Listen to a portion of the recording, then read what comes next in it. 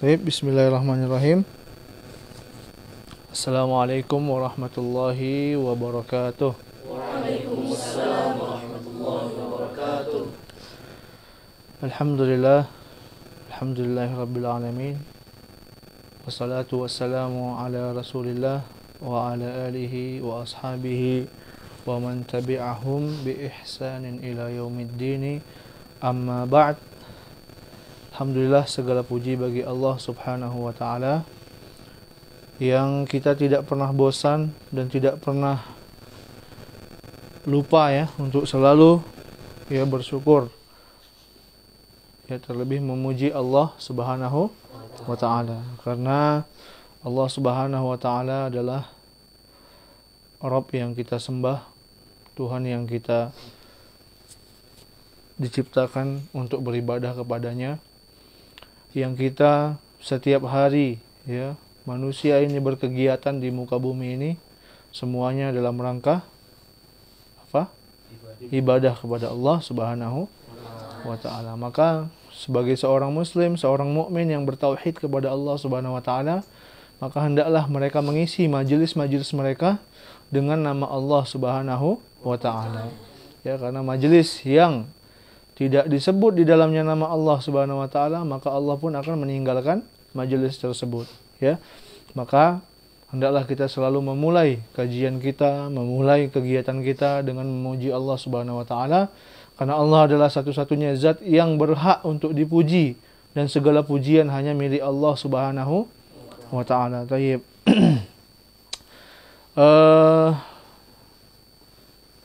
Para santri yang mudah-mudahan dirahmati Allah Subhanahu wa taala, ya, kita alhamdulillah Allah berikan kesempatan untuk berkumpul lagi di sini ya, di tempat di tempat yang berbahagia ini insyaallah. Ya. Seperti yang dijelaskan sama antum bahwasanya kita sedang berada di kegiatan daurah ya ilmiah ya pesantren Sofiyah dalam rangka menyambut tahun ajaran baru ya. Di sini nanti insyaallah kita akan banyak mempelajari ya muqaddimah ilmu ya sebelum antum kembali lagi ke kegiatan semula ya. Seperti biasa antum punya kegiatan rutin ya, belajar mengajar di kelas. Maka sebelum itu kita hendaknya ya saling mengingatkan satu sama lain ya. Kemudian kita akan mengkaji adab-adab menuntut ilmu. Kita akan mengkaji keutamaan menuntut ilmu. Ya, sehingga antum tahu untuk apa antum berada di pesantren Sofiyah. Ya. Walaupun antum ya punya keterbatasan penglihatan, bukan berarti ya tidak memiliki kesempatan untuk mempelajari agama Allah Subhanahu wa taala. Ya, maka pesantren Sofiyah kita dirikan ya, alhamdulillah sudah berjalan berapa tahun? Ya, ini 4 tahun ya. Sekitar 4 tahun ya, alhamdulillah antum telah melewati berbagai macam kegiatan di pesantren Sofiyah ya, menghafal Al-Qur'an, mempelajari bahasa Arab. Mudah-mudahan antum nanti insyaallah akan menjadi bulan purnama di tengah-tengah umat insyaallah taala. Sebagaimana Rasulullah sallallahu alaihi wasallam mengatakan, bersabda ya, keutamaan orang berilmu dibandingkan ahli ibadah ya adalah sebagaimana sebuah rembulan ya, bulan purnama dibandingkan dengan bintang-bintang yang ada di langit ya. Maka orang yang berilmu dia akan menerangi umat. Tapi kalau orang yang berahli ibadah, dia hanya memikirkan untuk ibadahnya sendiri saja. Gitu ya. Dia tidak punya ilmu untuk mengajarkan mengajarkan ilmu kepada orang lain. Tapi kalau kita memiliki ilmu, insyaallah kita akan menjadi penerang bagi umat. Kenapa? Karena yang dibutuhkan di zaman sekarang ini adalah ilmu agama ya. Setiap Allah menyebutkan kata ilmu di dalam Al-Qur'an, antum harus tahu para ulama tafsir mengatakan yang dimaksudkan dengan ilmu di situ adalah ilmu agama.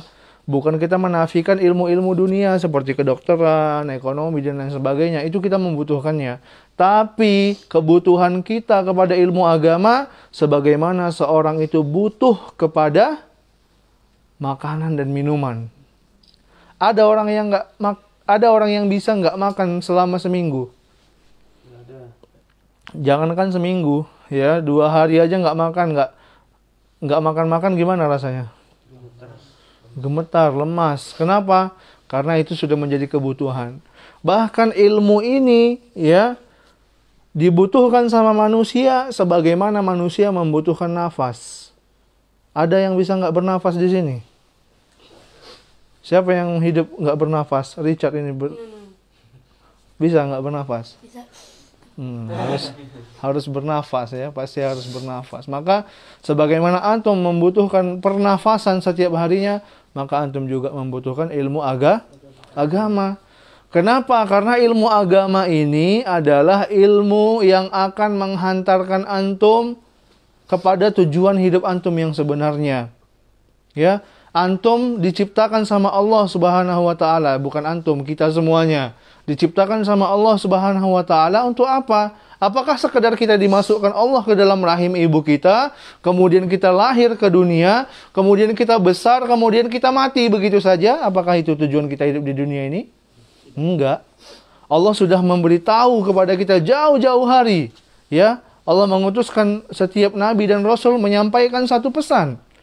Ya, bahwasanya kita hidup di muka bumi ini, wa ma khalaqtul jinna wal insa illa liya'budun. Tidak aku ciptakan jin dan manusia kecuali hanya untuk beribadah kepadaku saja, kata Allah Subhanahu wa taala.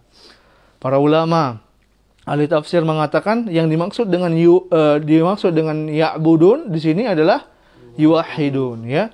Yang dimaksudkan dengan di sini ibadah, tidak kuciptakan jin dan manusia kecuali hanya untuk beribadah kepadaku. Maksud ibadah di sini kata para ulama adalah mentauhidkan Allah Subhanahu wa taala.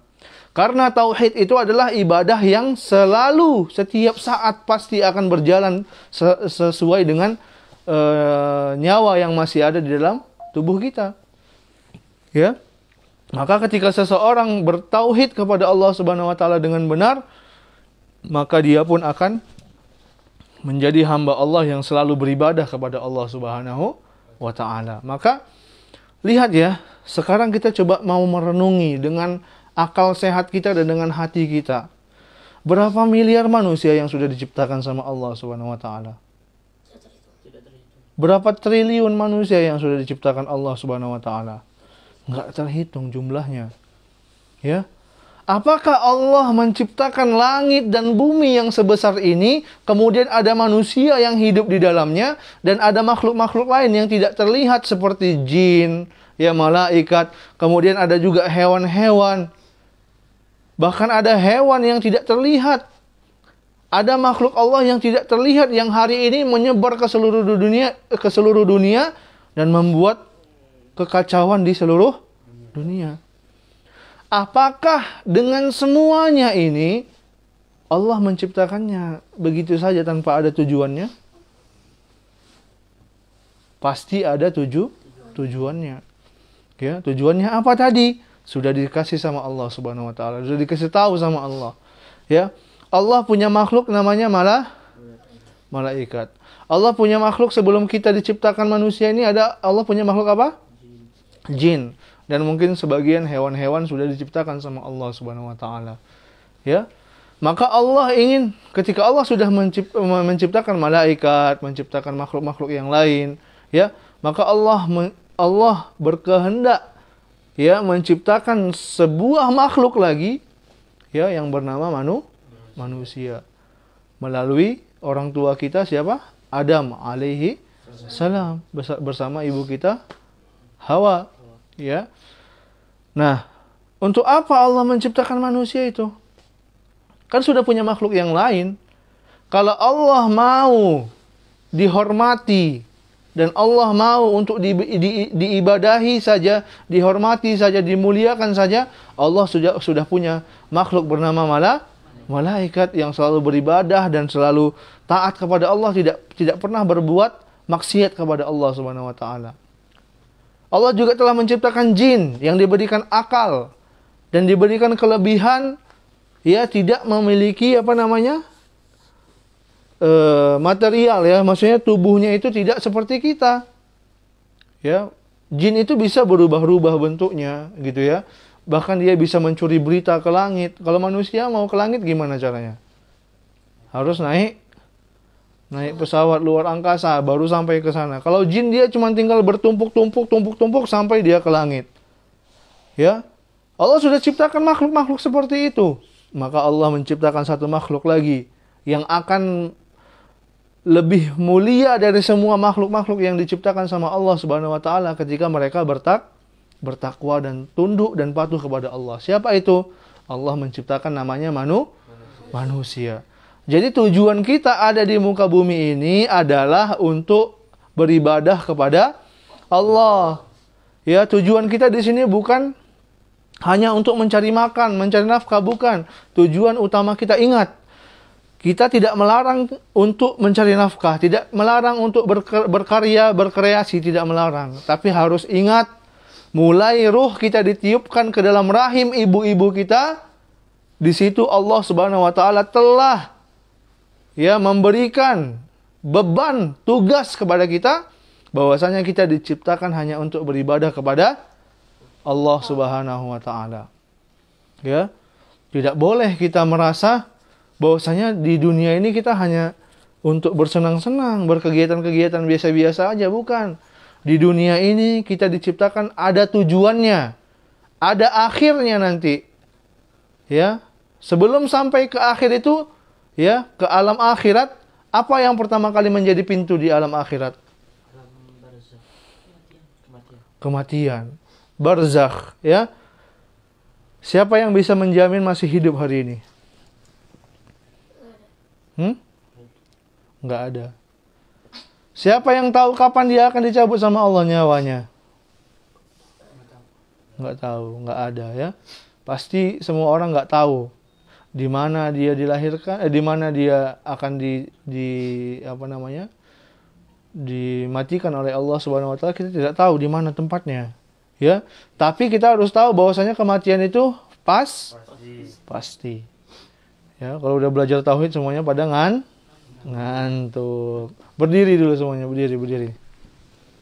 Ayo berdiri dulu semuanya. Nah, gitu, berdiri. Biar hilang ngantuknya, berdiri.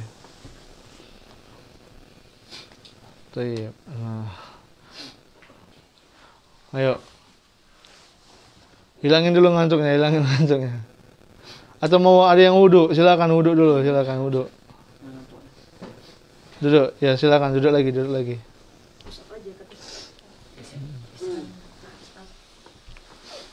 Ya. Biasanya kalau belajar tauhid banyak syaitannya, ya. Banyak syaitan, berbagai macam syaitan datang. Thayyib, kita lanjutkan. Nah, maka ketika kita sudah tahu tujuan utama kita ada di muka bumi ini adalah untuk beribadah kepada Allah Subhanahu wa taala. Ya, udah tahu kita tujuannya itu. Dan Allah Subhanahu wa taala berfirman di dalam Al-Qur'an, ya. Walaqad arsalna, gimana ayatnya? Walaqad ba'atsna fi kulli ummatin rasulan an ya'budullaha. Nah, Allah berfirman di dalam Al-Qur'an, walaqad ba'atsna fi kulli ummatin rasula an ya'budullaha wajtanibut taghut. Ya. Telah kami utus, ya, di setiap umat seorang rasul. Kami telah mengutus kepada setiap umat seorang rasul. Ngapain tugas para rasul itu diutus? An ya'budullaha, untuk hanya beribadah kepada Allah, mengajak manusia untuk mentauhidkan Allah dan menjauhi at-taghut. Apa itu taghut? Taghut adalah segala sesuatu yang disembah selain Allah Subhanahu wa taala. Nah, Jadi kita udah tahu tujuan kita ada di muka bumi ini ngapain? Tujuan kita cuma satu, beribadah kepada Allah. Beribadah maksudnya apa di situ? Bertauhid kepada Allah. Karena tauhid ini ibadah hati. Dari hati berupa keyakinan, kemudian diucapkan dengan lisan dan dilakukan dengan perbuatan. Ya, ketika kita mengatakan asyhadu alla ilaha illallah, apa artinya? Asyhadu, aku bersaksi, aku menyaksikan, aku yakin, ya. Alla ilaha, bahwasanya tidak ada Tuhan yang berhak diibadahi dengan benar. Illallah, kecuali Allah. Apakah ucapan ini hanya sekedar kita ucapkan saja? Tidak. Ya. Wa asyhadu, dan aku meyakini, bersaksi, anna Muhammadan, bahwasanya sesungguhnya Nabi Muhammad SAW Rasulullah, adalah utusan Allah. Rasulullah itu bukan malaikat, Rasulullah itu bukan Tuhan yang kita sembah, bukan. Tapi Rasulullah adalah hamba Allah yang diberikan tugas oleh Allah, risalah, untuk mengajarkan kepada umat, kepada manusia bagaimana menyembah Allah Subhanahu wa taala. Nah, ketika kita mengatakan asyhadu alla ilaha illallah wa asyhadu anna Muhammadar Rasulullah, apakah itu hanya sekedar di lisan kita saja kita ucapkan? Tidak. Tapi harus diyakini dengan hati.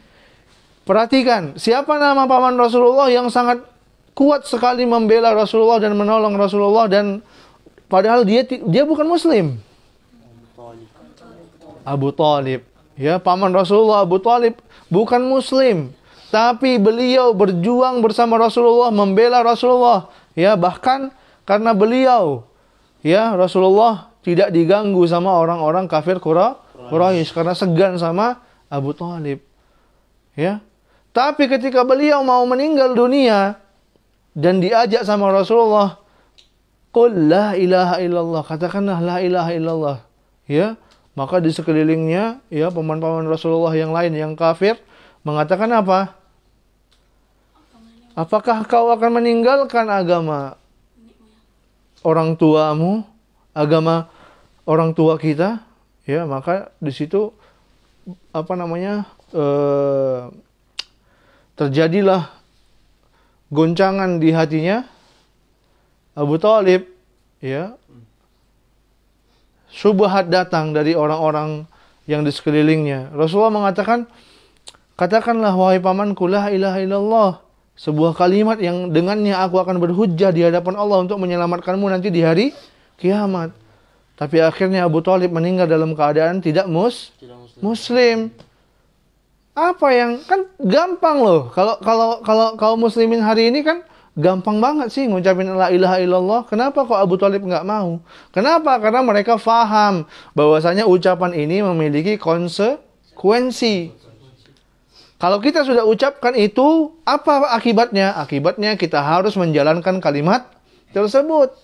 Ketika kita mengatakan asyhadu alla ilaha illallah, aku bersaksi tidak ada Tuhan yang berhak diibadahi kecuali Allah Subhanahu wa taala, maka konsekuensinya kita harus meninggalkan kesyirikan.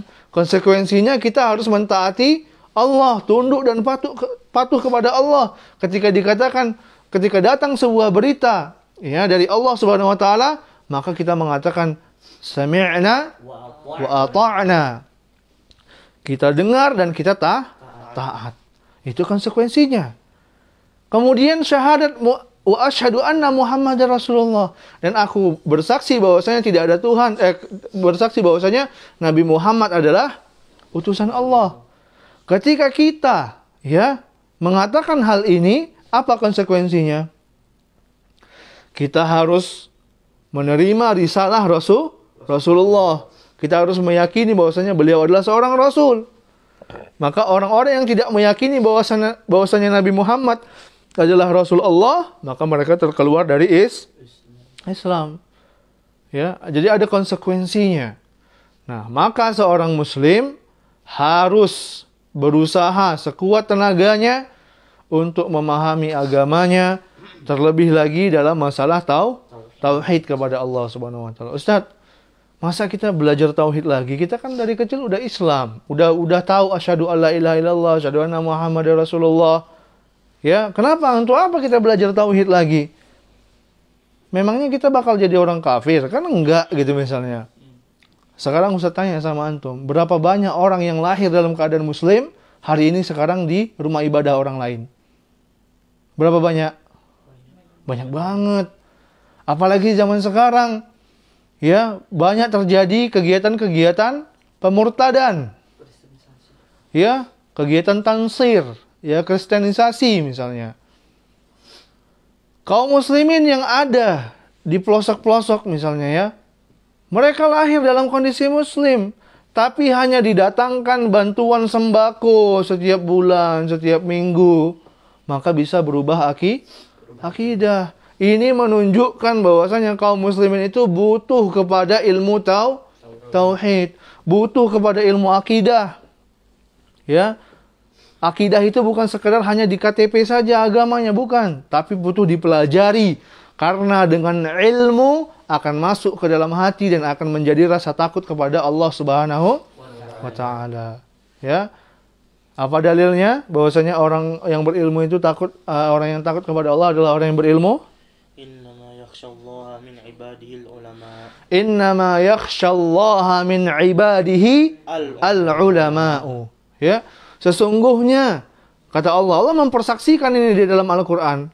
Hamba-hamba Allah yang takut kepada Allah adalah para ulama, orang-orang yang berilmu. Berilmu maksudnya di sini apa tadi Ustaz bilang? Kalau ada disebutkan ilmu di dalam Al-Qur'an maksudnya apa? Ilmu agama. Ilmu agama. Ya. Berarti kalau sudah dikatakan orang yang berilmu itu yang takut kepada Allah, ya maka di sini maksudnya adalah orang yang mempelajari ilmu agama. Karena ilmu agama itulah yang akan menimbulkan rasa takut kepada Allah Subhanahu wa taala. Bukti antum sukses belajar ilmu agama adalah masuk ke dalam hati antum merasa takut. Yang tadinya suka ngelawan orang tua, tiba-tiba sekarang karena udah belajar agama, tahu dia, oh ternyata ada dosanya, ada siksaannya, oh ada seperti ini, oh begini harusnya kepada orang tua. Ya. Maka di situ dia timbul rasa takut.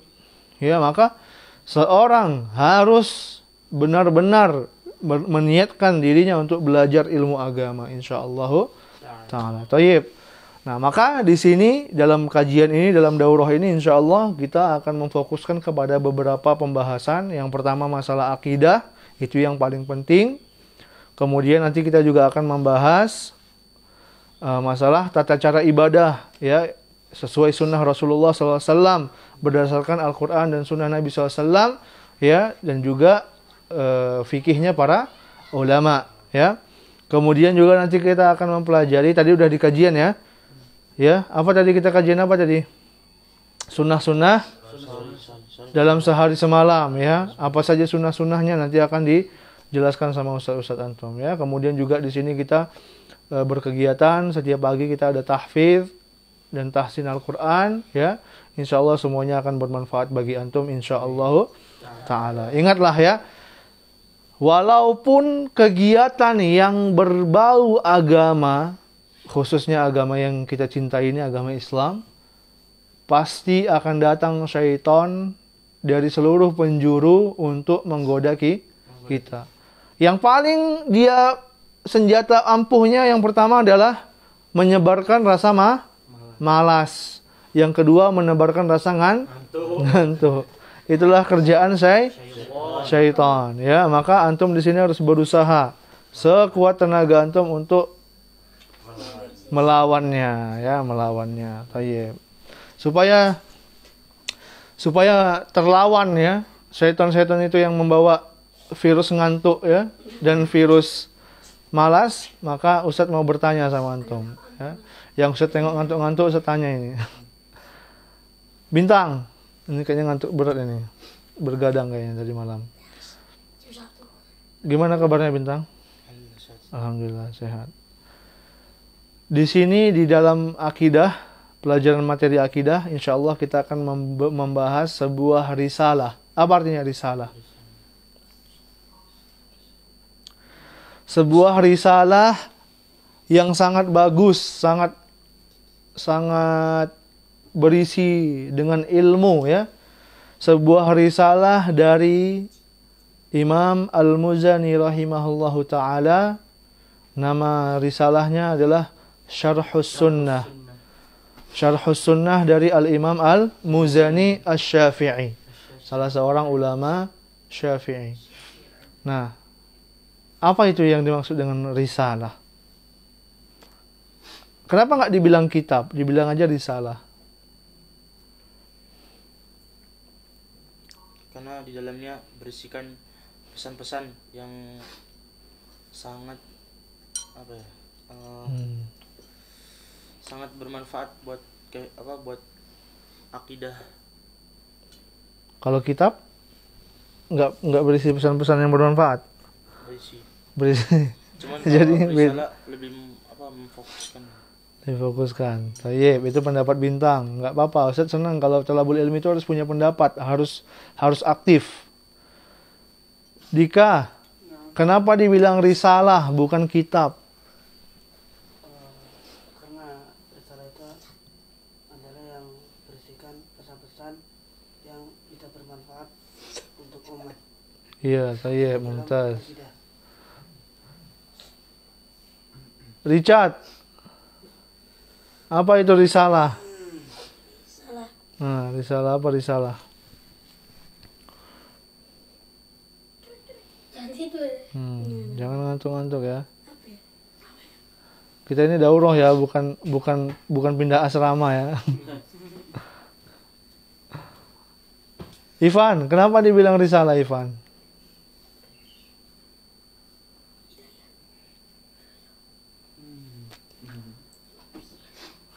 Dari katanya aja kan antum udah tahu risalah. Risalah itu artinya apa?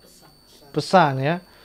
Karena di sini kenapa disebut risalah? Pertama, dia itu mukhtasar, dia itu apa? Pendek ya. Dan dia juga dalam rangka beliau ini menjawab pertanyaan, ya, minta fatwa ini sebenarnya. Karena waktu di zaman beliau ini sangat kuat sekali fitnah khalqil Quran, ya. Waktu itu khalifah ya di masa itu terkena subhatnya orang-orang Mu'tazilah. Jadi orang-orang mufti-mufti di zaman kekhilafahan di masa beliau ini ya mereka terpengaruh dengan pemikiran Mu'tazilah. Mu'tazilah itu apa? Mu'tazilah itu yang salah satunya adalah yang terkenal mengatakan Al-Qur'an itu makhluk, bukan firman Allah, tapi dia makhluk dengan berbagai macam subhat mereka gitu. Nah, maka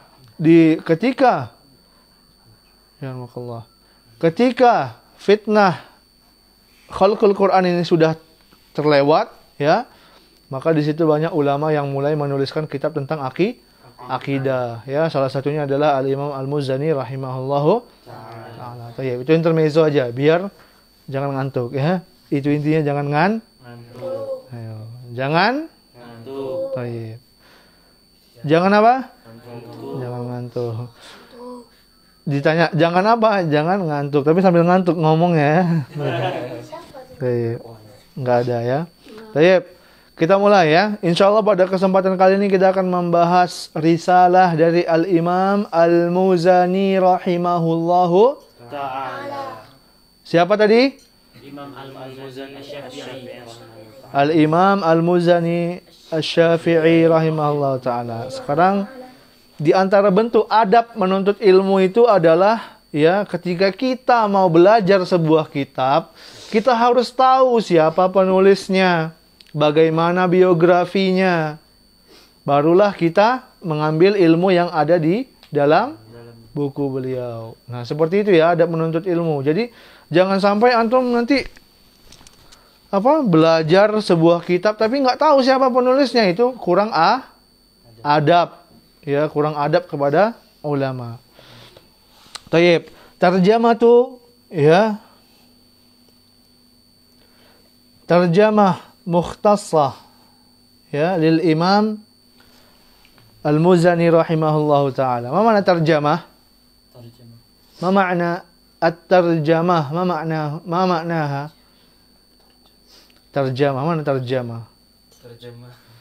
Ya, kalau bahasa Indonesia terjemah. Ya, tapi bahasa aslinya, bahasa Arab, terjemah itu bisa dibilang juga terjemahan, bisa.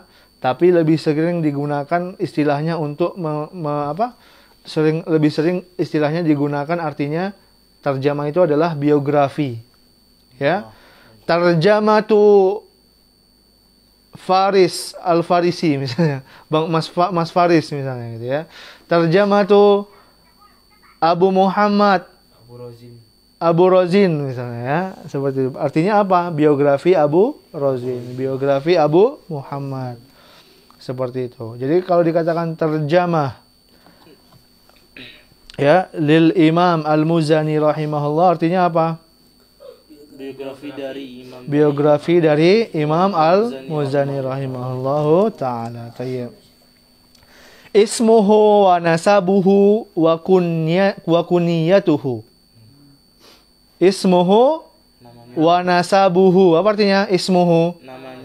Namanya. Wa nasabuhu. Dan nasab dan keturunannya. Wa kunyatuhu. Dan nama gelarnya. Nama kunyahnya ya, nama sebutannya. Dengar. Huwa Abu Ibrahim Ismail bin Yahya bin Ismail bin Amr bin Muslim Al-Muzani Al-Misri. Ya. Min Muzainah ya Al-Qabilah Al-Mashhurah. Ya. Nama beliau adalah siapa? Abu Ibrahim. Kunyahnya Abu Ibrahim. Nama beliau adalah Ismail ibn Yahya ibn Ismail ibn Amr ibn Muslim Al-Muzani Al-Misri. Berarti beliau orang apa? Mesir. Orang Mesir. Dari daerah bernama Muzainah. Ya, maka beliau dipanggil Al-Muzani. Ya, Al-Muzani. Tayyib. Siapa nama beliau? Ismail. Siapa yang hafal? Sama kunyahnya. Abu Ibrahim. Perhatikan ya. Nama beliau ya Al-Imam Al-Muzani rahimahullahu taala yang kitabnya akan kita pelajari, risalahnya akan kita pelajari. Nama beliau adalah Abu Ibrahim Ismail ibn Yahya ibn Ismail ibn Amr ibn Muslim Al-Muzani Al-Misri. Ismail bin Yahya bin Ismail bin Amr bin Muslim Al-Muzani Al-Misri. Ma kunyatuhu? Abu Ibrahim. Kunyatuhu Abu Ibrahim. Ya. Nama asli beliau siapa? Ismail ibn Yahya ibn Ismail ibn Amr ibn Muslim Al-Muzani Al-Misri rahimahullahu ta'ala. Mumtaz. Desta. Siapa nama beliau? Desta. Ismail Bin Yahya. Bin Iya, nasabnya. Coba sebutin nasab beliau sampai ke Al-Muzani. Ismail bin Yahya bin Ismail bin Amr bin Muslim Al-Muzani Al-Misri. Gampang kan? Coba Faiz. Ismail Bin Yahya bin Ismail bin Ammar bin Muslim. Iya, benar. Benar terus. Al-Muzani Al-Muzani Al-Misri, ya. Beliau dari Mesir. Baik. Apa nama kampung beliau tadi? Muzainah, ya. Itu suku beliau, ya. Al-Qabilah Al-Mashhurah. Ya, suku yang terkenal di Mesir. Al-Muzani, beliau Al-Muzani Al-Misri. Sekali lagi bareng-bareng. Siapa nama beliau dari kunyahnya? Tafadhal. Abu Ibrahim Ismail bin Yahya bin Ismail bin Ammar bin Muslim Al-Muzani Al-Misri. Mumtaz ya. Abu Ibrahim Ismail bin Yahya bin Ismail bin Amr bin Muslim Al-Muzani Al-Misri rahimahullah ta'ala. Jadi nanti kalau Ustaz tanya siapa yang punya risalah Syarhus Sunnah? Siapa yang punya risalah Syarhus Sunnah? Abu Ibrahim Ismail bin Yahya bin Ismail bin Amr bin Muslim Al-Muzani Al-Misri. Mumtaz. Begitu kalau penuntut ilmu harus hafal nama ulama. Jangan hafalnya nama artis. Nah, hafalnya nama pemain bola. Hafalnya nama orang-orang yang bahkan tidak mencintai Allah. Itu yang kita hafal namanya. Tapi para ulama yang punya karya, yang punya sumbangsih untuk agama kita nggak kenal. Ya. Coba tanya sama masyarakat, kenal nggak sama Abu Ibrahim Ismail bin Yahya bin Ismail bin Amr bin Muslim Al-Muzani Al-Misri? Kenal nggak? Nggak kenal. Siapa itu ya? Nah gitu ya. Tayyib. Wiladatuhu wa wafatuhu. Ya, beliau lahir beliau dan wafat beliau. Wulida rahimahullahu ya sanata mi'ah wa khamsah wa sab'in hijriyah. Mi'ah wa khamsah wa sab'in. Berapa itu? Ayo, jangan keputar-putar. Mi'ah wa khamsah wa sab'in. 175 Hijriyah. Ya, wulida rahimahullahu ta'ala sanata mi'ah wa khamsah wa sab'in Hijriyah. Ya, khamsah wa sab'in Hijriyah. Khamsah wa sab'in berapa itu? 75 ya. Wa nasha'a fi usratin muhibbatin lil ilmi. Dan beliau tumbuh di keluarga yang sangat mencintai ilmu. Ya. Fabnu ukhtihi al-Hafiz At-Tahawi rahimahullah. Kenal enggak? Sahibu kitab Al-Aqidah At-Tahawiyah. Ya, kitabnya tahu. Nah, wa sahibul kitab Syarhu ya. Dan beliau punya kitab namanya Al-Aqidah At-Tahawiyah. Kenal nggak Imam Tahawi? Belum pernah dengar. Masya Allah. Siapa tadi Imam At-Tahawi? Pengarang kitab Al-Aqidah. Al-Aqidah yang paling terkenal ya, Al-Aqidah At-Tahawiyah. Itu siapanya? Guru. Ibnu ukhtihi. Anak dari Keponakannya. Ya, nggak usah pusing-pusing antum. Anak dari saudari perempuan pusing. Siapa itu? Ponakannya. Tafadhal. Ya, tahun berapa beliau lahir? 175 Hijriah. Iya. Dan beliau tumbuh di keluarga yang sangat mencintai ilmu. Bahkan ponakan beliau adalah siapa? Ibnu ukhtihi. Siapa nama beliau? Al-Hafidh At-Tahawi rahimahullahu ta'ala. Ya, sahibu kitab Al-Aqidah At-Tahawiyah. Wa dzakara al-ulama'u anna ukhtahu kanat ya tahduru majalis al-Imam Asy-Syafi'i wa naqala anha Ar-Rafi'i wa ghairuhu. Ya.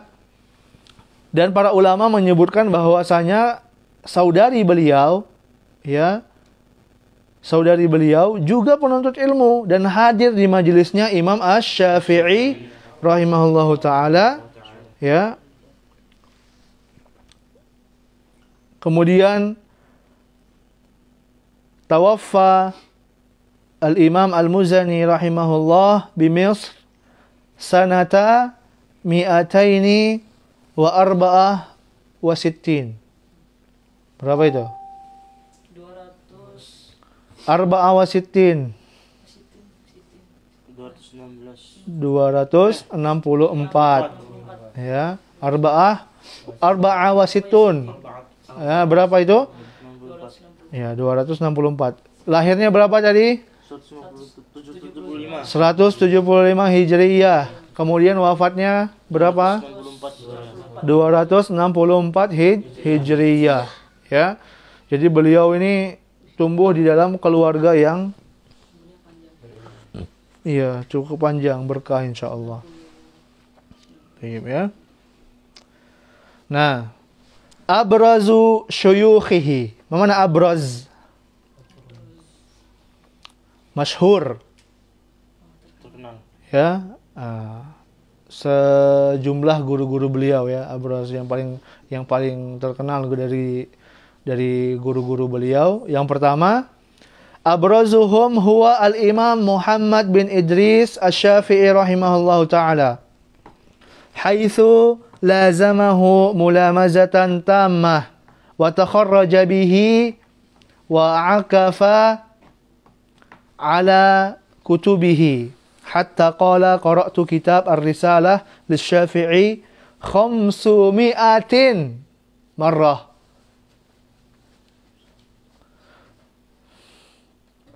Ma min marratin illa wastafattu minha faidatan jadidah. Masya Allah. Mumtaz. Masya Allah. Beginilah para ulama ya.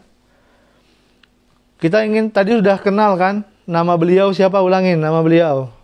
Abu Ibrahim Nah. Ismail bin Yahya bin Ismail bin Amr bin Muslim al-Muzani al-Misri rahimahullah. Asy-Syafi'i ya. Beliau mazhabnya mazhab Syafi'i. Kapan lahir beliau? Tahun 175 Hijriah. 175 Hijriyah. Ya, dan kapan wafat beliau? 264 Hijriah. 264 Hijriyah. Jadi berapa? Sekitar berapa umur beliau itu? 181. Berapa? 90. 40. Enggak ya, 81.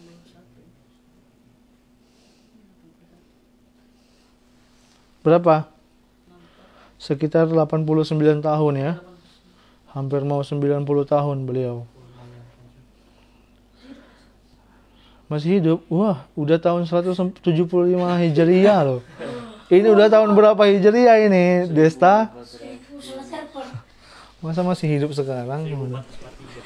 Baik, ya.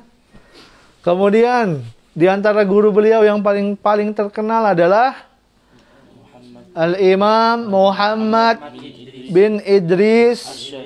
Siapa itu Muhammad bin Idris Asy-Syafi'i? Imam Asy-Syafi'i. Pendiri mazhab Asy-Syafi'i. Asy-Syafi'i ya rahimahullah wa radhiyallahu anhu.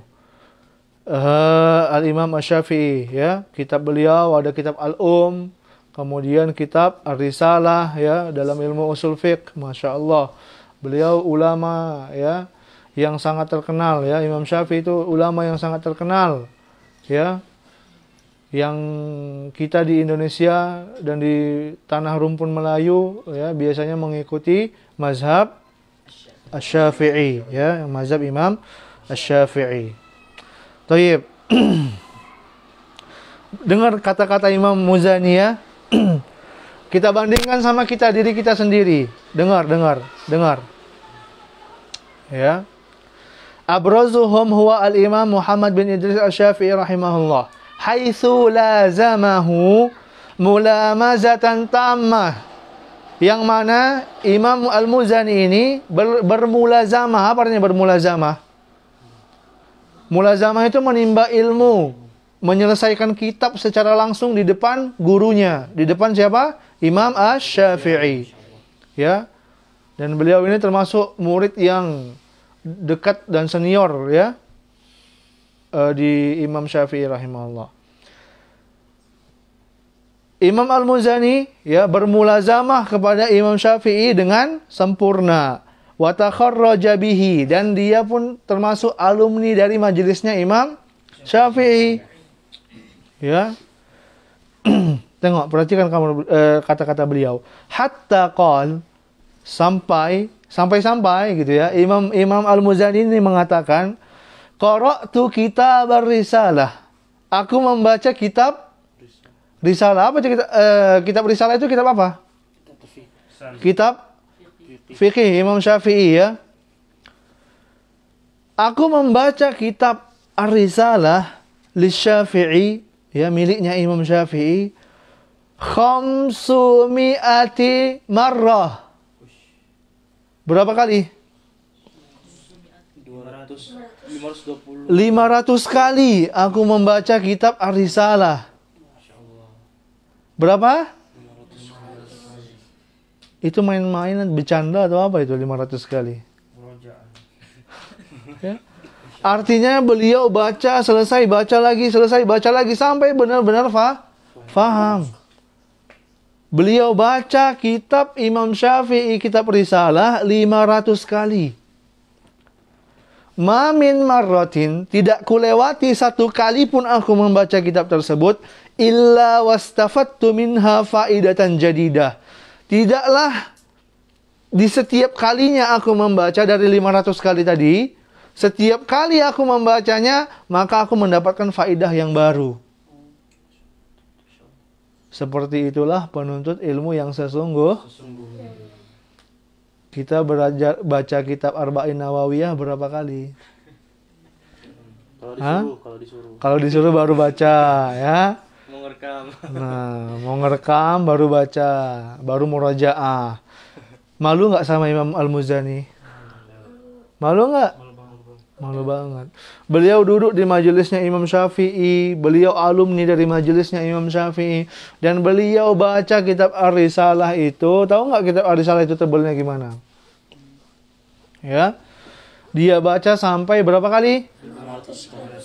500 kali. Siapa yang mau baca kitab? Gak usah panjang-panjang, Umdatul Ahkam. Baca 100 kali aja. Ya? Faham, Tom? Baik.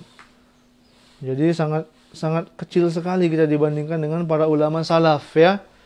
Ya, para ulama salaf ini mereka luar biasa sekali semangatnya dalam menuntut ilmu.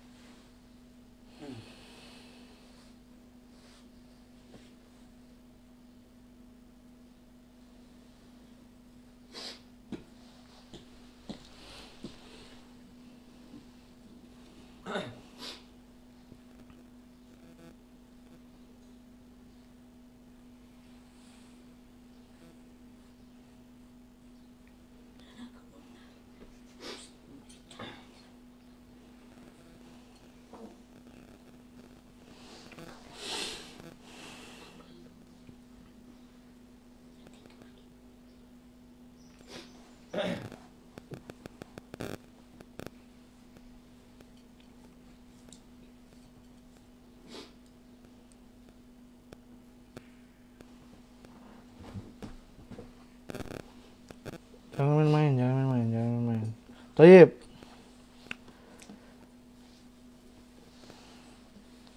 Ustaz ulangin lagi. Ya, kita kajian pelan, santai, tapi ilmunya benar-benar diserap. Richard, siapa nama Imam Al-Muzani, nama lengkapnya? Bin apa tadi ya? Bin Ibrahim. Kunyahnya siapa? Kunyah. Bin Ismail. Abu Ismail. Abu Ibrahim. Ibrahim. Nama beliau siapa? Nama beliau siapa? Ismail Ismail. bin Yahya. bin Ismail. bin Amr Bin Amar. bin Muslim bin Muslim bin siapa lagi? Udah habis ya. Al-Muzani Al-Misri. Dihafal. Yudis. Siapa nama beliau tadi? Bin Ismail. Jangan langsung bin Ismail, namanya siapa? Ibrahim. Abu Ibrahim Lah, Abu Ibrahim Ismail. Jangan Abu Ibrahim bin Ismail. Abu Ibrahim Ismail bin Yahya bin Ismail bin Amr bin Muslim Al-Muzani Al-Misri.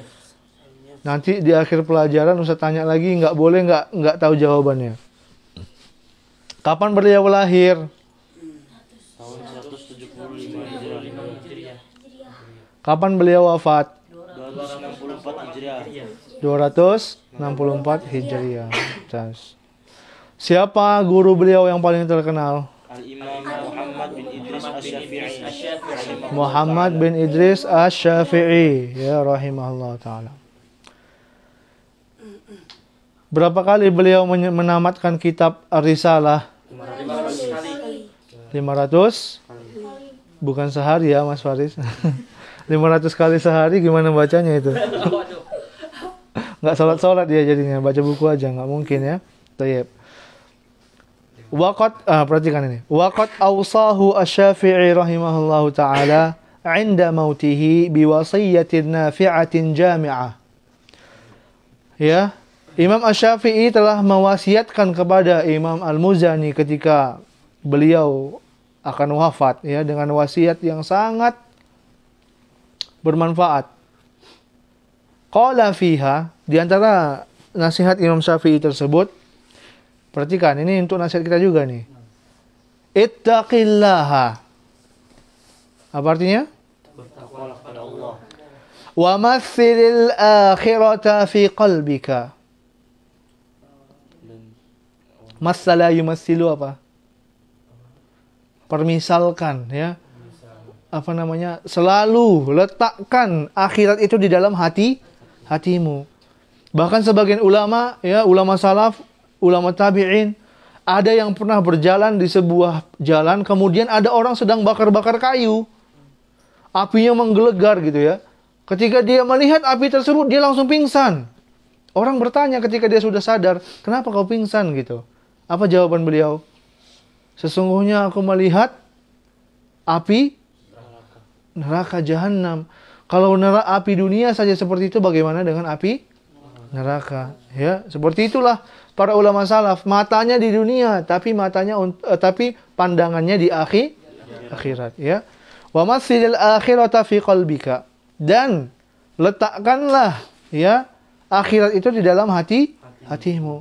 Waj'alil mauta nusba ainaika, ya, dan letakkanlah kematian itu dekat di antara dua matamu. Wala tansa mauqifaka baina yadayillahi azza wa jalla. Dan jangan pernah lupakan ya bahwasanya engkau akan berada di hadapan Allah Subhanahu wa taala. Nanti kau akan berada di hadapan Allah Subhanahu wa taala. Jangan pernah lupakan saat-saat, detik-detik engkau akan berada di hadapan Allah Subhanahu wa taala. Karena Rasulullah pernah bersabda apa? Ma minkum min ahadin illa sayukallimuhu Allah wa laysa bainahu wa bainahu turjuman. Sesungguhnya setiap dari kalian akan berdiri nanti satu persatu di hadapan Allah Subhanahu wa taala, dan tidak ada di antara kalian dengan Allah itu satu penerjemah pun. Ya, wala tansa mauqifaka baina yadayillah azza wa jalla. Jangan lupa ya bahwasanya engkau nanti bagaimana kondisimu nanti di hadapan Allah Subhanahu wa taala. Wa kun minallahi ta'ala ala wajalin. Ya. Dan jadilah kau mulia nanti di hadapan Allah Subhanahu wa taala. Datanglah kepada Allah nanti sebagai orang yang mulia. Jangan jadi orang yang hina. Jangan sampai nanti kita ketika bertemu sama Allah kita menjadi orang yang hina. Ya. Wajtanib maharimahu, dan jauhilah apa-apa yang diharamkan oleh Allah Subhanahu wa taala. Wa addi faraidahu, dan tunaikanlah kewajiban-kewajiban yang diwajibkan Allah Subhanahu wa taala. Wa kun ma'al haqqi haitsu kana, dan selalulah engkau berada bersama kebenaran dimanapun kondisinya. Wala tastasghiranna ni'amallahi 'alaika wa in qallat. Dan jangan engkau pernah menyepelekan, merasa kecil nikmat Allah yang diberikannya kepadamu, walaupun itu dalam kondisi sedikit. Walaupun hanya sedikit nikmat tersebut kita rasa, tapi jangan pernah disepelekan. Wa qabilha bisyukri, dan terimalah nikmat tersebut dengan kesyukuran. Itu nasihat seorang guru yang alim kepada muridnya yang juga alim besar, Imam Al-Muzani rahimahullahu ta'ala. Ya. Maka ana menasihatkan kepada diri ana sendiri dan kepada antum semuanya, ittaqillah. Bertakwalah semuanya kepada Allah. Wa massilil akhirata fi qalbika, dan letakkanlah akhirat itu di dalam hati kita. Waj'alil mauta nusba 'ainaika, dan selalu ingat kepada kematian. Kita kapanpun akan mati. Wala tansa mauqifaka baina yadayillahi azza wajal, jangan pernah lupa bagaimana nanti kondisi kita ketika kita berhadapan sama Allah Subhanahu wa taala. Wa kun minallahi ta'ala ala wajalin, dan jadilah nanti ketika kita bertemu sama Allah, kita menjadi orang-orang yang mulia ketika bertemu sama Allah Subhanahu wa taala. Wajtanib maharimahu, jauhilah yang diharamkan sama Allah. Wa addi faraidahu, dan tunaikanlah, laksanakanlah kewajiban-kewajiban yang diwajibkan Allah. Wa kun ma'al haqqi haitsu kana, dan selalulah engkau bersama kebenaran bagaimanapun kondisinya.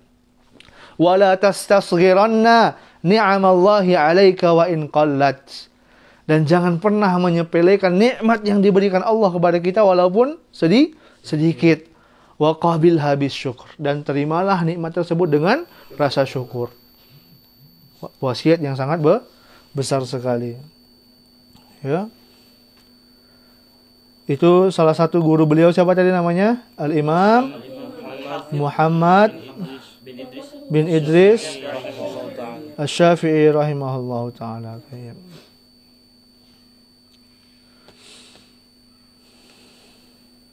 Ini masih bahas biografi beliau aja ya. Udah satu pertemuan, cuma 3 hari lagi kita.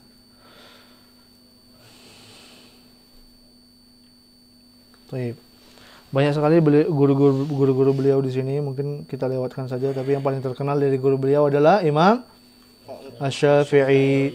Kemudian juga ya di antara murid-muridnya Imam Al-Muzani ya yang mengambil ilmu dari beliau, ya di antaranya adalah Al-Imam Abu Bakar bin Khuzaimah rahimahullah ya, wa ibnu ukhtihi, dan juga di antara murid beliau adalah ponakan beliau. Siapa tadi ponakan beliau?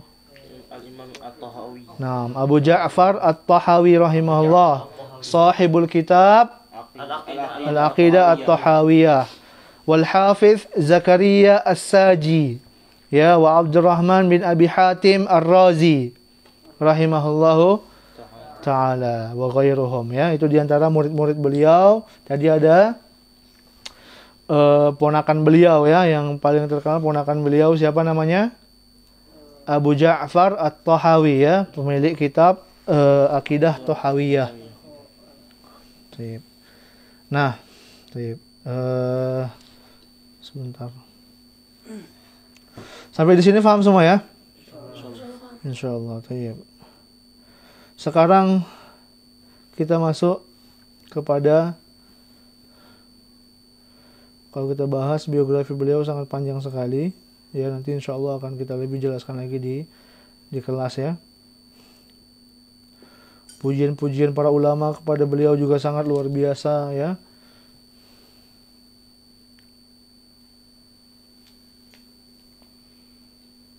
Kemudian sebab kenapa beliau Al-Imam Al-Muzani menulis risalah Syarhus Sunnah. Ya.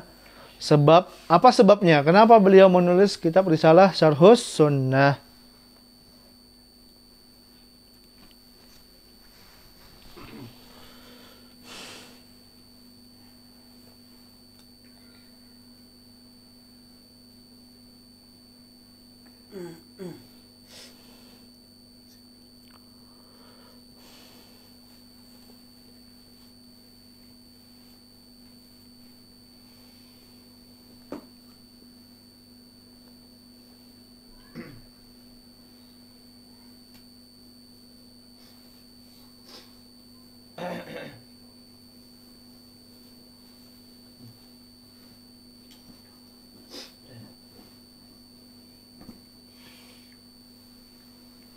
Baik. Ya, di antara sebabnya kenapa beliau menuliskan kitab risalah, yang menuliskan risalah Syarhus Sunnah ini, ya, sebagaimana yang pernah saya jelaskan di kelas bahwasanya ya beliau ini ya hidup di zamannya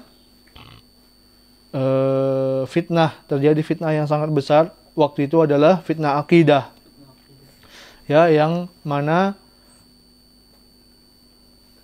pengurus-pengurus kenegaraan lah ibaratnya kalau sekarang ya, mufti-mufti, kemudian qadi di zaman tersebut, ya, mereka dari orang-orang yang berakidah Mu'tazilah. Apa itu Mu'tazilah? Salah satunya seperti yang saya jelaskan tadi adalah mereka mengatakan Al-Quran itu makhluk, ya. Nanti bagaimana itu Mu'tazilah, bukan sekarang pembahasannya. Nanti jadi bahas Mu'tazilah di sini kan. Nah, intinya Mu'tazilah itu adalah satu firqah ataupun satu kelompok sempalan di dalam Islam, ya, yang keluar dari akidahnya Ahlus Sunnah wal Jamaah. Ya, mereka banyak salah gitu ya dalam menyikapi masalah akidah. Dan waktu itu mereka ya terdukung oleh para khalifah, ya. Bahkan sampai beberapa khalifah itu ya berakidah Mu'tazilah waktu itu. Nah, maka fitnah ini sangat besar sampai-sampai Imam Ahmad itu dipenjara, ya. Imam Ahmad bin Hambal itu dipenjara, disiksa, dicambuk sampai berapa ratus kali dicambuk supaya mengikuti akidah Mu'tazilah, tapi beliau tidak mau mengikutinya. Kemudian juga diantaranya yang kena fitnah itu adalah Imam Asy-Syafi'i. Kemudian juga murid-murid beliau, salah satunya adalah Imam Al-Muzani, ya. Maka di sini dikatakan ya waktu itu orang-orang pernah membicarakan, ya, ibaratnya berceritalah, membicarakan. Waktu itu kan Imam Al-Muzani juga sudah menjadi ulama yang sangat terkenal, ya, gitu, dan punya majelis dan punya banyak murid. Maka orang-orang ada yang berselisih tentang Imam Al-Muzani. Katanya Imam Al-Muzani ini Mu'tazilah. Ada yang bilang Imam Al-Muzani ini dia Ahlus Sunnah karena pendapatnya tentang Al-Quran. Nah, mereka ragu gitu ya. Maka mereka pun mengirimkan surat, mengirimkan risalah, ya, meminta fatwa, meminta penjelasan bagaimana sebenarnya akidah Imam Al-Muzani rahimahullah, dan mereka juga dengan risalah tersebut ingin mengambil manfaat, ya, dari masalah akidah. Nah, maka di sini beliau pun ya mulai menuliskan sebuah risalah kepada orang-orang yang meminta kepada beliau tadi itu, ya. Mulailah dituliskan risalah Syarhu Sunnah. Jadi dulu di antara kebiasaan mereka terdahulu adalah ketika membicarakan tentang akidah, tentang sesuatu yang berkaitan dengan agama, mereka terbiasa mengungkapkannya dengan istilah sunnah. Kalau kita sekarang kalau dikatakan sunnah, apa yang kita pahami sunnah itu? Apa yang kita pahami tentang sunnah? Hah?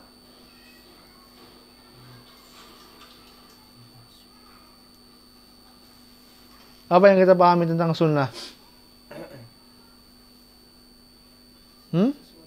Sesuatu yang dikerjakan oleh. Nah, kalau secara fikihnya apa? Sunnah itu sesuatu yang dikerjakan berpahala, ditinggalkan tidak berdosa. Ya, itu istilah sunnah. Jadi kalau kita mau bahas istilah sunnah, ya, istilah sunnah menurut ulama fikih berbeda. Istilah sunnah menurut ulama ahlul hadis beda. Ya, kalau sunnah menurut ulama ahlul hadis apa? Segala sesuatu yang datang dari Nabi Shallallahu Alaihi Wasallam, baik perkataannya, perbuatannya, atau takrirnya, atau ketetapan dari Rasulullah SAW. Apa contoh sunnah yang dari ucapan? Rasulullah mengatakan, "Sallu kama ra'aitumuni usolli." Salatlah kalian sebagaimana melihat aku salat. Ya, itu dari ucapan beliau. Kemudian prakteknya gimana? Yang berbentuk sunnah yang berbentuk perbuatan. Contohnya gimana? Gimana contoh sunnah yang berbentuk perbuatan Rasulullah SAW? Ya. Ya, salah satunya adalah Banyak. banyak sekali sebenarnya, tapi ya diantaranya segala sesuatu yang Rasulullah tidak mengucapkannya tapi dilakukan sama Rasulullah, maka itu bisa menjadi sunnah. Kemudian juga sunnah takrir, ya, sunnah takririyah. Ya, sunnah dari segi apa? Ketetapan dari Rasulullah. Terkadang bukan Rasulullah yang membuatnya. Contoh, ada sahabat yang Rasulullah mendengar suara sendalnya di surga. Siapa beliau? Bilal bin Rabah. Ketika ditanya sama Rasulullah, kenapa, apa amalan yang kau kerjakan, yang kau lazimkan? Maka Bilal bin Rabah mengatakan, gimana? Aku tidak pernah meninggalkan doa. Ya, tidak pernah meninggalkan 2 rakaat dari setelah berwudu. Maka dengan hal tersebut menjadi sebuah keutamaan dari Bilal bin Rabah. Nah, Rasulullah tidak menyalahkannya, tapi malah membenarkannya. Ini menunjukkan bahwasanya amalan tersebut disyariatkan karena takrir dari Rasulullah Sallallahu Alaihi Wasallam. Pusing? Bukan pusing sebenarnya, ngantuk. Bentar lagi mau sholat Jumat loh. Sholat Jumat nanti antum jadi tidur pula di masjid. Bahaya. Atau bangun dah. Mending qomat kalau bangun. Mending orang bangunnya kita udah orang masih qomat kan. Ini kita bangun orang udah bubar. Gimana sholat? Iya, nggak sholat lagi berarti udah kacau ya, kacau. Oke, itu dulu ya. Itu dulu, insyaallah. Tapi masih jam 10:30, 11. Iya benar, biar antum istirahat dulu. Apa dulu? Qailulah. Ya, tidur sebentar. Jangan main-main lagi kalau udah dikasih kesempatan. Ini seharusnya masih kajian loh sampai 11:30. Ya. Tapi dikasih antum kesempatan buat istirahat. Ya. Nanti bangunnya sebelum sebelum pergi ke masjid. Intinya 11:30 sudah di masjid. Hilangkan Tanya. Gimana? Nabi kalau malam tidurnya jam berapa? Rasulullah itu di antara kebiasaannya adalah ada sebuah hadis Rasulullah mengatakan Rasulullah itu membenci orang yang bergadang setelah sholat Isya. Oh iya, pernah dengar. Ya, maka beliau itu biasanya beliau tidur setelah Isya. Kemudian beliau bangun di malam hari untuk qiyamul lail. Karena qiyamul lail bagi Rasulullah itu hukumnya wajib. Kalau bagi kita sunnah muakkadah. Sama Rasulullah hukumnya wajib. Rasulullah tidak pernah meninggalkan sholat malam seumur hidup beliau. Ya, jadi beliau itu tidurnya ba'da Isya. Nah, kalau antum mengikuti sunnah Rasulullah, kalau nggak ada keperluan lagi, tapi misalnya nih, ba'da Isya ternyata ada kajian, ya maka itu tidak mengapa. Kenapa? Karena dalam rangka ada kebutuhannya, thalabul ilmi ya. Seperti itu. Jadi nggak boleh sebenarnya begadang itu nggak boleh kalau menurut sunnah. Tapi Ustaz, kami kan di pesantren, kami mau murojaah pelajaran, mau murojaah hafalan ba'da Isya, tafadhol silahkan. Ya, paling maksimal itu sampai jam 10. Jam 10 itu udah waktunya bersiap-siap untuk tidur. Kalaupun mau bangun malam, silahkan bangun malam, tapi tidur dulu. Jam 10 boleh tidur. Kalau bangunnya jam berapa? Bisa bangun jam 3, ya. Seperti itu.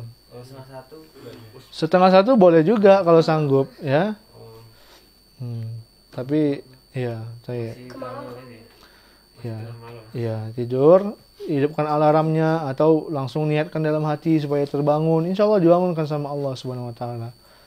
Ya, Allah tidak akan menyia-nyiakan niat baik dari hambanya. Baik, itu kita masih mukadimah tadi ya. Kita baru bahas nama beliau, biografi beliau ya.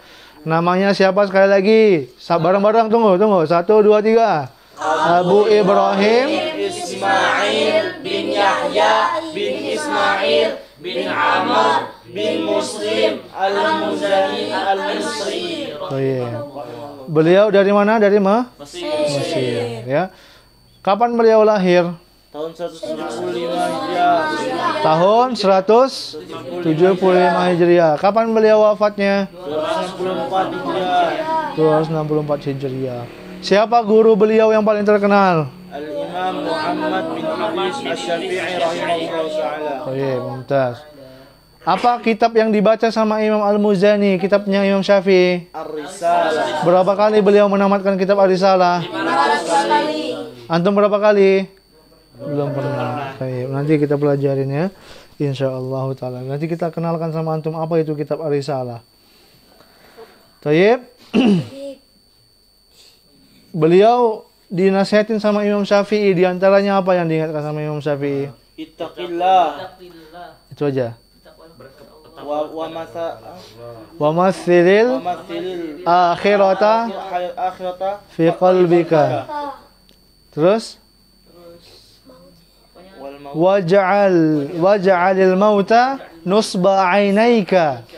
Terus Mati di antara kedua mata. ya, bukan Kematian di depan mata. iya, maksudnya letakkanlah kematian di antara dua matamu. Maksudnya apa itu maksudnya? Selalu mengingat kepada kematian. Kemudian apa lagi nasihat beliau kepada nasihat Imam Syafi'i kepada Imam Al-Muzani? Itu nasihat yang sangat luar biasa loh. Kalau antum dinasihatin begitu sama guru antum, ya diterima.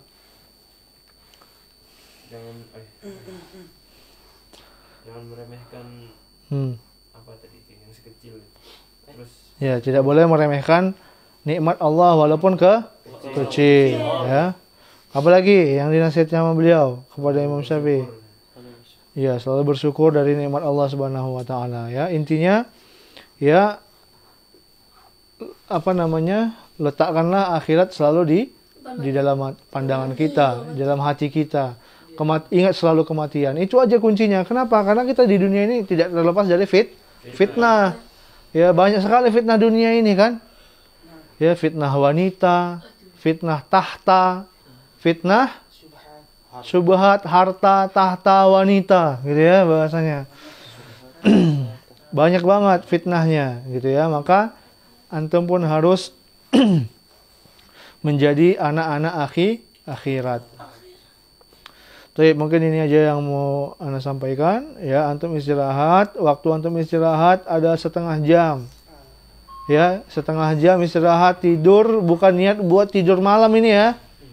Jangan siang-siang diniatin tidur malam panjang nanti akhirnya nggak sholat Jumat, nauzubillah. Ya, sholat tidur, istirahat, jangan main-main lagi kejar-kejaran. Di majelis ngantuk. Pas sudah di luar majelis seger ya, itu berarti ada syaitannya berarti itu. sandalnya Iya. dapat sandal baru. Iya.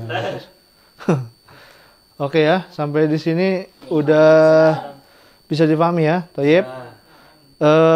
Kita akhiri dengan doa kafaratul majelis. Subhanakallahumma bihamdika asyhadu an la ilaha illa anta astaghfiruka wa atubu ilaik. Wassalamualaikum warahmatullahi wabarakatuh. Siapa yang datang itu?